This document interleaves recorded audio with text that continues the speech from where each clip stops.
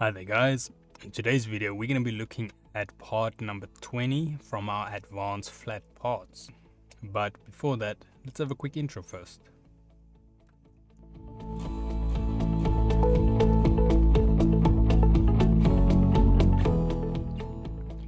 So today's video can be found on softwaretraining.co.za.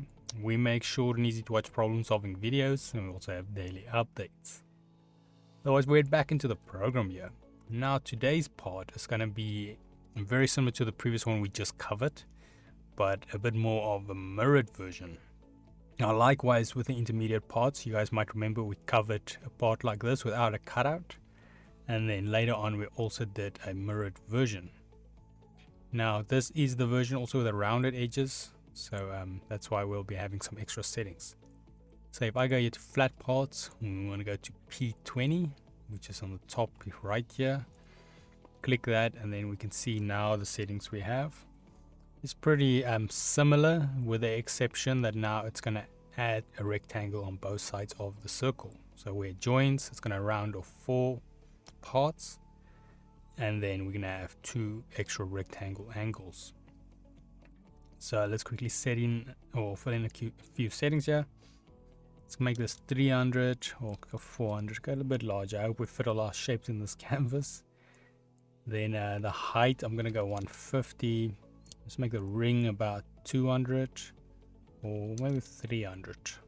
So that is the outside ring we just did. Now we're going to go to the D, which is the inside ring. I'm going to make this about 190. And then yeah, we want to make the rounding. This one, the rounding I'll make a bit higher. The last one we did 25, this one I'll do about 50. Let's just preview that and see what it looks like. Okay, that's quite acceptable, I think. So as you can see now, our little rectangles on the sides are shorter than usual, and our ring in the center is rather large.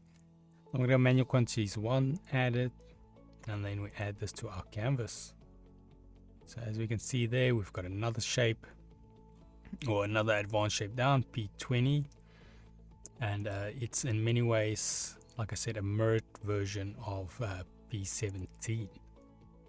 But yeah, otherwise we head here to softwaretraining.co.za. You guys will notice we've got a variety of different softwares we do cover, and also you can isolate your search on the top right. If you do not, however, find the training videos you're looking for, just simply go here, request a training video, fill in the mini form, and then we'll do our best to try and make that for you.